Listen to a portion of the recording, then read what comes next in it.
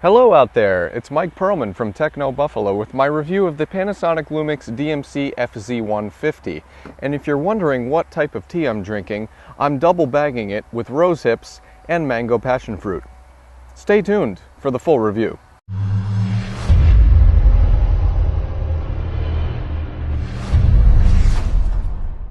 Welcome to my review of the Panasonic Lumix DMC-FZ150 Super Zoom camera.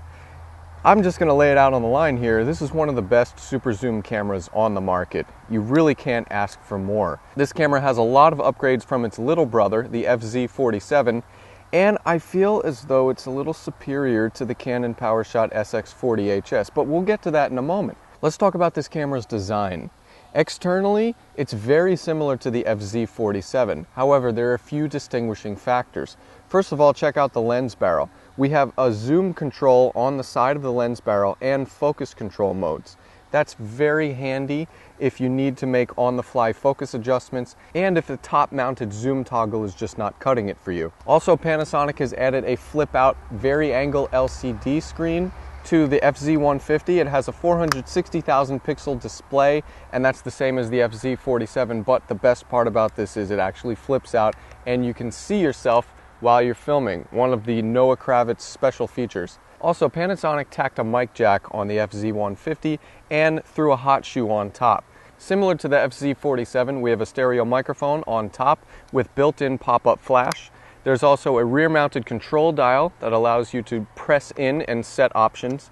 And we have a 4-way directional pad, large mode dial with plenty of options, and we have a dedicated video record button. This camera records to SD, SDHC, and SDXC cards.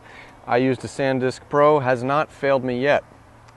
The battery life on this camera is fantastic. That's another thing to mention. It will pretty much go all day with you. Might be a good idea to have a backup pack just in case. Now for magnification, we're talking a 24x optical zoom, and the Leica lens actually has a 25mm wide angle equivalent, meaning you could fit a lot into your shots. To accompany the 24x optical zoom, we have optical image stabilization. Panasonic has the Power OIS system, and it's one of the best in the industry. You really can't get any better than Panasonic when it comes to image stabilization. While I was a huge fan of the design, it was the camera's shooting features that brought even more to the table. The FZ150 has a stellar auto mode. The autofocus and auto scene selections work very well. The metering, everything about auto mode on this camera is equivalent to Canon's, if not a little bit better. There are also a number of creative modes, like expressive, retro, and pinhole camera. Those are fun and they could be applied in post. This camera offers a ton of scene modes as well. You could also shoot 3D images, though at a lower resolution. High-speed video mode, and a starry sky mode that allows the shutter speed to go down to 30 seconds to shoot motion trails at night. But one of my favorite parts of the FZ150 is its configurable scene modes. There are modes like portrait, landscape, sports, and macro, but these are not just predefined settings. You actually get to set parameters within each of those scene modes. For instance, when I go into macro, there's an option for shooting flowers, food, or objects. In sports mode, you could shoot outdoor or indoor sports. Scenery has an option for architecture and nature, so it's exceedingly versatile and very easy for a beginner shooter to kind of work their way up to manual mode. Speaking of manual mode, this camera has a shutter speed that goes down to 15 seconds. We also have an ISO range that goes way up to 3200. There's customizable white balance modes, and manual focus with manual focus assist, which is a magnification of the screen that allows you to see the objects closer. However, because the screen is pixelated, it's difficult to use the manual focus. I recommend sticking with the autofocus. It performed very well anyway. But most importantly, the Panasonic Lumix DMC-FZ150 has one of the best manual video modes. You can actually adjust the shutter speed, the aperture. You can adjust the ISO even. If you check out some of my samples in the full review on technobuffalo.com, you'll see me shooting at higher ISOs, and the quality is quite impressive. There's also a zoom mic option, which concentrates the audio pickup as you zoom in closer to an object. So as far as shooting features, FZ150 out of all the super zooms may be the best. And now for the grand finale, image quality.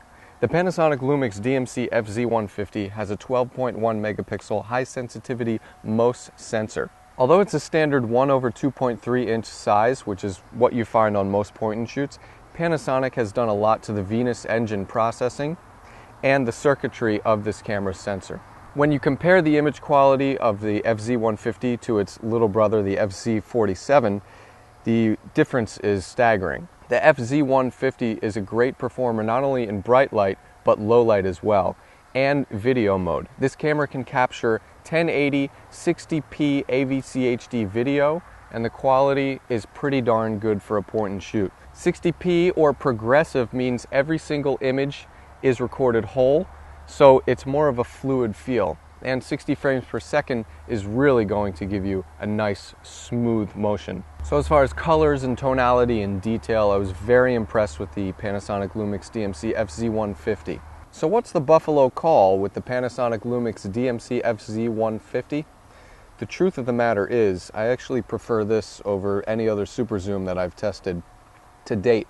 That includes the Nikon Coolpix P500.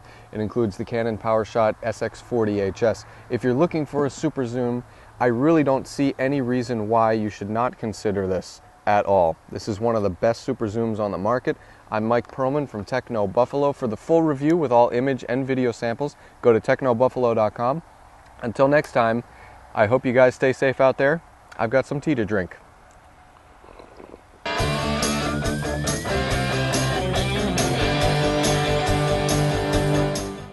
Autobots roll.